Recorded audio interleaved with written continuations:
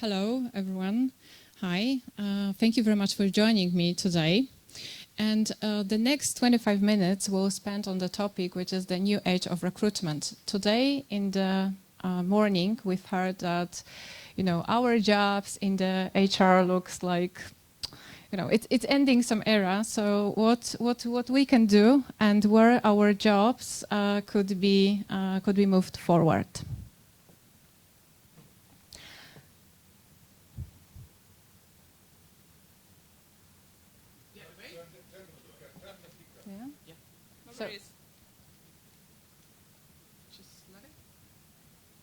Okay, now it's me. Yes.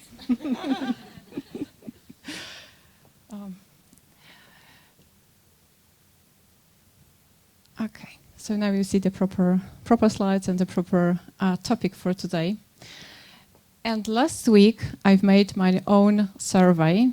I asked my colleagues from the TA teams what they think about this topic. When they see this topic, what they think. And one group, they were more like, the new recruitment, the new way, the new age of the recruitment. It's more about the AI, how we will use the AI. And when we think about the soft skills and the competences, it's nothing new. So we don't have to do a lot of job when it comes to this soft part. And the second group was more about thinking like, it's time to rethink how we want to recruit people and focus more on the soft skills because the AI will take a part of our duties. And please join me here and raise your hand if you are in the group A. So nothing to do with the soft skills, no one? Okay, and who is in the group number 2, that we have to focus more on the soft skills? Okay, thank you. And who is in the group number 3 that is never raising the hand? Okay. So we all agree. Good. Here are the trends that we've heard about those trends several times, so we will not walk through all of them. We all know that we are in the situation that technology is something that we speak a lot about, but if we can just see how many of the other trends are affecting, the people, the human part of the world of work. But I'm a recruiter, so let's deep dive a little bit how it impacts our lives, professional lives. So imagine that you have your ATS and you are opening the ATS around 2 years ago after the pandemic time. And it was it was a really crazy time for the recruiters, especially in the IT industry where I was working at that time, that we were fighting for every single CV. It was really hard to keep candidates in the process. They received crazy offers when it comes to the salary point of view. So when we opened our ATS, it was empty.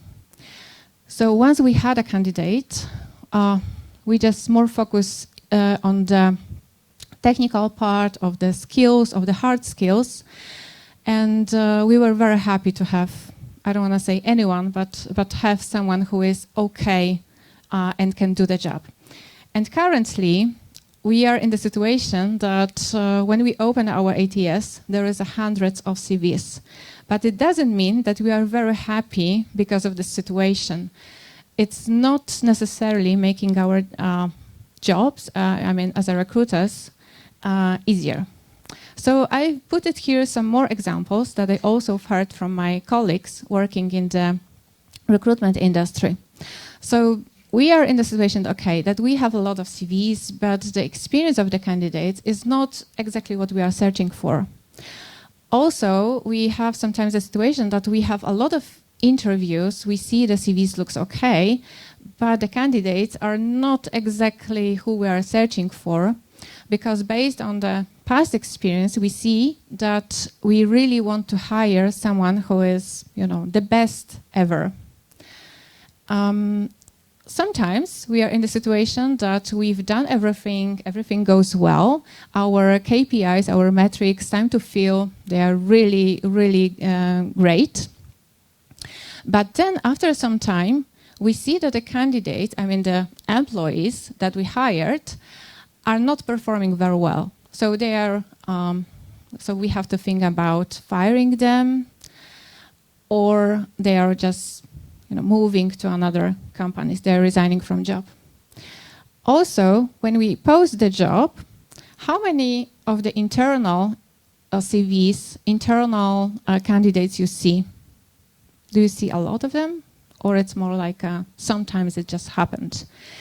And when we think about also about this internal candidates, probably you've been also in a situation that some restructurization has been made in the company, and we were like in a situation that we have to change something, change the departments and reduce the roles.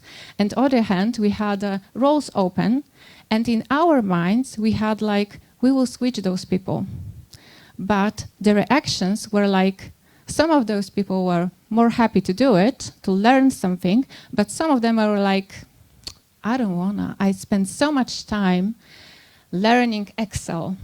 I spent so many years on the role, and I don't want to do something else. And when we sum it up, it's very much about the soft skills, about the competences. Of course, the experience is something not necessarily connected with the soft skills if we think like that. But maybe we should think how we define the experience.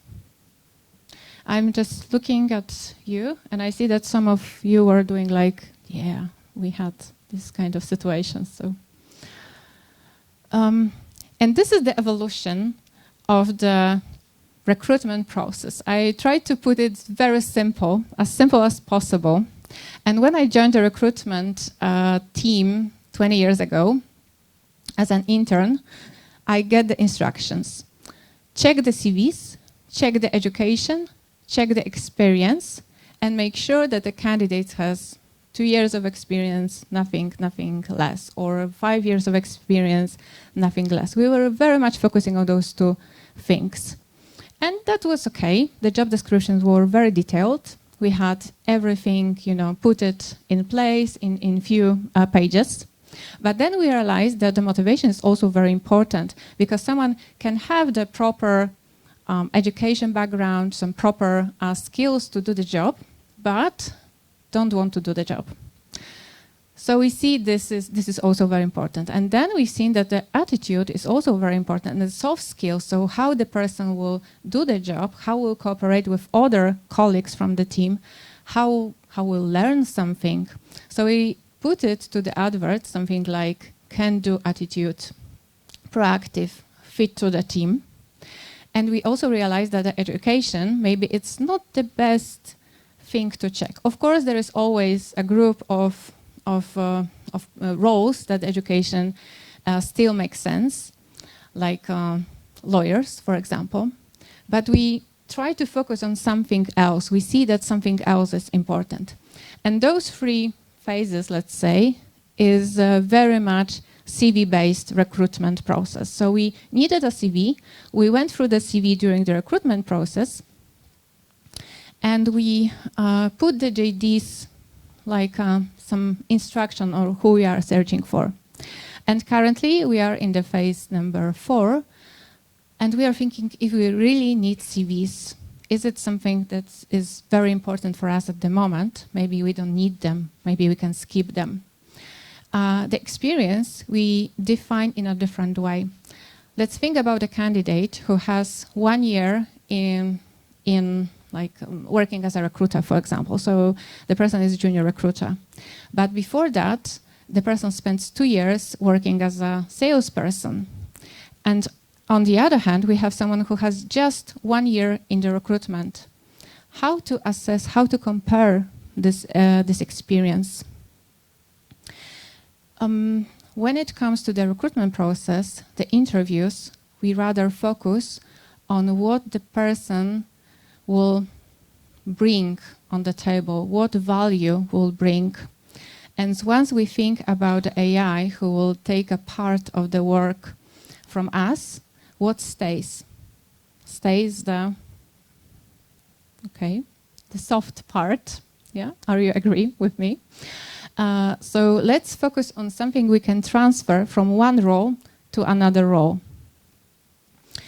Yeah, and the JDs or the adverts are short, they are crafted, they are focusing more on the competences, not on the years of experience. And when we have an interview, we focus more on the tasks to be done. So what do we need at the moment? So we are focusing on that.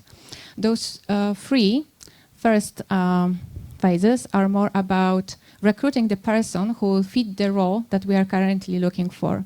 And the fourth is that we are focusing on the person who can stay with us for a longer period of time, because we don't know what will happen in a few years' time. So we are focusing on the person who will be happy to stay with us for a longer period of time, and it doesn't matter what kind of role it will be, what kind of tasks it will be. So the person who says, okay, I've done this, but now I can do something else. I'm happy to learn. Also, the companies are preparing to be, ready for the future and what it means. Here you can find some insights from the latest Microsoft survey, the report, and they know, based on their research, that the AI will very much focus our world of work. We know that already.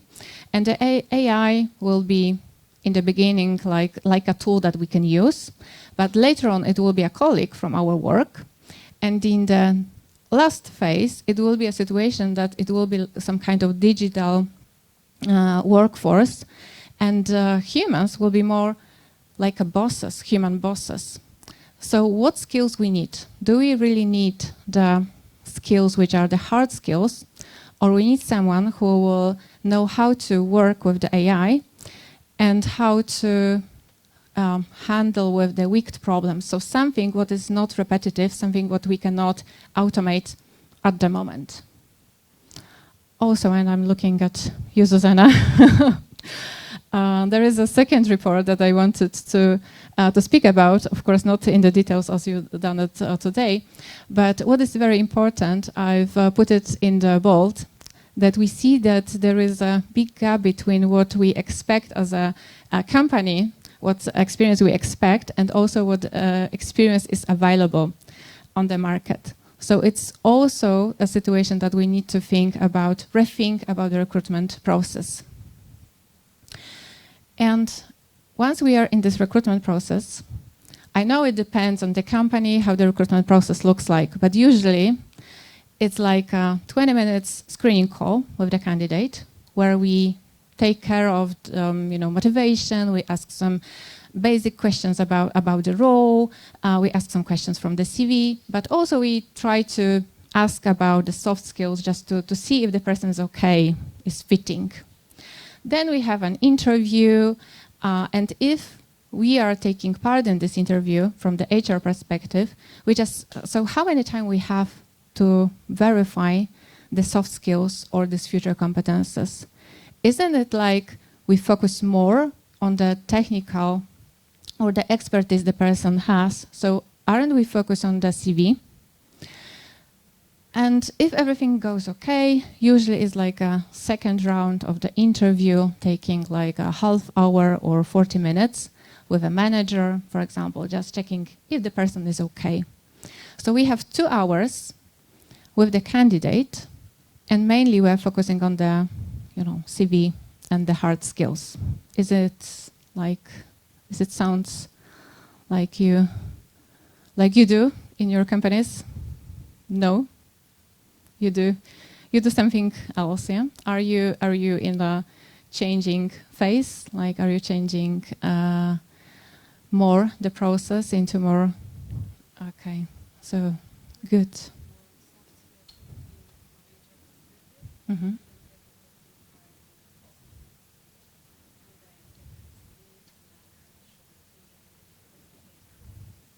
Amazing. So it's happening. It was how many? 62% of the companies that they want to do it, and 28 that they already are in the phase of changing. Okay, so how looks the new age of the recruitment? I would put it like that. We don't hire people just to hire them to make the job, but we hire people to retain. We want them to stay longer period of time. And we can have some examples of the companies that they already do it. Like, for example, Aldi, I think we all know the Aldi case. So they recruit people and then they pick from those they already have and they train them, they put them to the different roles. So they use internal mobility as a source of the great candidates. Also FMCG companies like PG or the Mars, they train, what they do is usually that they have a managers, they have people who are responsible for managing some part of the company, but they outsource the hard skills. And then after 2 years, for example, 3 years, the person is eligible to change a job from the HR to marketing, sales to logistic. No worries, they will learn. They know how to do it. They know the company, they're able to learn. Okay, so now what we need more to focus is to have these expert skills on the level we need, but with this strong mindset that the person will learn and unlearn once it will be needed. And I've put it here like soft skills, I've put it here the future competences, and I've put it here like human skills as a title, because I think that currently we are using rather the human skills definition of who we are searching for, because we are searching for the skill set that we are not able to get from the AI, not yet. And this is the list. Probably you've seen this list several times. This is also the report from the World Economic Forum. And not sure if you see it, but I will tell you what's in the beginning. It's the technical skills. So we have a proof here that we need someone who will be able to learn the tech things. But if we see the list, which is, later on, we see that what is very important and what we should focus on is the soft skills. It's the way of thinking, it's the way how we lead people, if this is about the leadership. So this is, we will not go through it. You can take it from the website, but this is something that we can use when we think about what should we do, what should we focus during this new recruitment process. Okay, and here, I really like this slide. This is the slide where we see the real hand and not real hands. I know that currently AI is able to do the best pictures ever, but I just wanted to leave it like that, like we see this as a robot. So what is very important to think about what we can do, how we can keep our jobs as a humans. And in my opinion, currently what I hear, it's about the way of thinking, like critical thinking, analytical thinking. It's about the adaptivity and dealing with ambiguity. It's about the growth mindset, learning, how fast we are able to learn, if we are willing to learn. Communication, but in the way that we can influence others. And resilience. This is, I would say, something that we use in my company. And when we think about the definition of the competences, definitely we think about the skills, we think about the mindset, and we think about behaviors.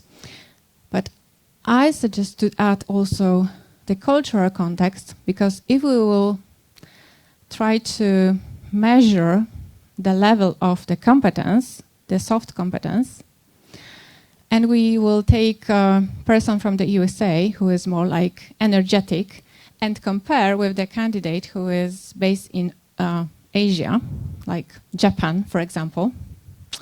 There will be huge, differences. But does it mean that we prefer one or the second person? And also, I would add the thing number 5, which is the organization contest. So if we ask a candidate, like during the behavioral-based interview, please recall the situation that you have to do something, and the person will tell us, I haven't been in such a situation for the last 6 months or 1 year, it doesn't mean that the person do not have the skills we need. It means that maybe it is about the person, but maybe it is about the company. Imagine the person who is very working in a creative way, who has a lot of, insights, a lot of things that want to do in a creative way. But the person is joining a company and hearing that, no, we do it in a different way. We don't want to do it in that way. Yeah, it's a good idea, but not now.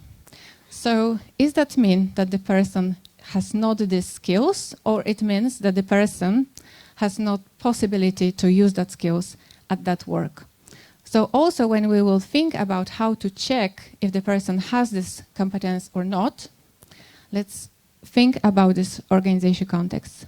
So we have deep dive a little bit to understand if this is about the person or this is more about the organization. And this is the slide with a lot of information put it here, but it's more about talent acquisition, hiring managers and the candidates' perspective, what we should do or what is good to do when we want to act in a different way, in a new way. So on our side, as you can see, the list is the longest one and start from ourselves. Do we have the proper team, the proper recruiters that they know how to verify those skills, and how we should reshape the recruitment process, what steps we should put, but also who we are searching for. So let's start from the new definition of the competences, because we can have a competence already like communication, but is it something that we really need to keep, or we should rethink what the communication means for us in this new way? But also the hiring managers, we can agree with them that we will check it, but they will say, yeah, okay, you are from the HR, let's do your job, I will do my own job. So we have to train them, we have to make sure that they are with us with this process, and they will focus on the future competences during the recruitment process, but also how the expectations, how looks their expectations, because they can say, okay, I'm with you, but later on, during the, maybe not the first day, but during the second day, once the candidate join the company, the expectation will be, the same. They will not give those people time to learn if they don't have this experience, let's say, that they expected. And how it will focus the onboarding. So it is very important because the onboarding is very often in the hiring managers, the managers and the team hands. So make sure that the person will be onboarded in a proper way. But also the candidates. When we ask the questions, which are, a little bit different than candidates think what we ask about, they are like, okay, but what do you want to hear? Because they're used to the questions like, tell me something about yourself, and they walk us through the CV. Or when we ask them the competence-based question, they answer like in a star model. So also they need to receive from us the instructions. Okay. So what techniques we can use? I've put it here 3.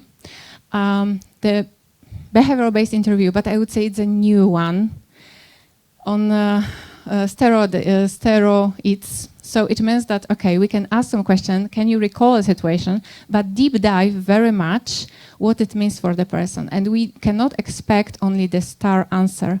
We should deep dive what it means for you, what challenges you faced and why, how you handle with this situation. Do you want to do it again? How you feel in that? What you learn from that? So deep dive, just not to understand how the situation, how been solved, but deep dive to understand what the skill set the person has. And also the situational questions. I think it's tricky also, but we should focus on that as well. Business case is the tool that we already use, but my suggestion is to ask questions, not to send the whole long instruction, but rather ask 2 questions in advance and ask candidates to do the 1-pager only. So we can see how they think, how they analyze the topic, how creative they are, or how on what they are focusing on, instead of having a great PPT. And also the tests. We have a lot of tools that we can use. We have a lot of companies that they prepare the tests that we can use. And it could be a situation that candidate is applying and receiving the link to the test that takes 10 minutes, 20 minutes to do the preselection. So it will be more easy to see if this is worth to put the person to the next stage. We have also recruitment games. In Poland, I took part in a few of them, and I'm not a gamer, to be honest, but I was really enjoying that time. And it shows a lot about, my skills. And also the candidates can receive the feedback, like you have to work on that, or so imagine how it impacts their thinking about the company.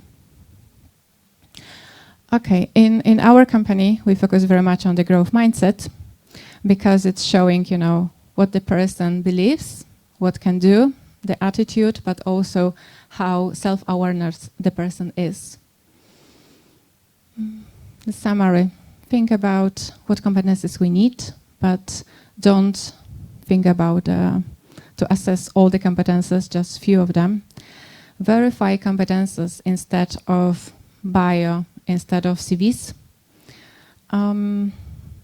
Take time, make sure that during the interviews we can focus on verifying these competences.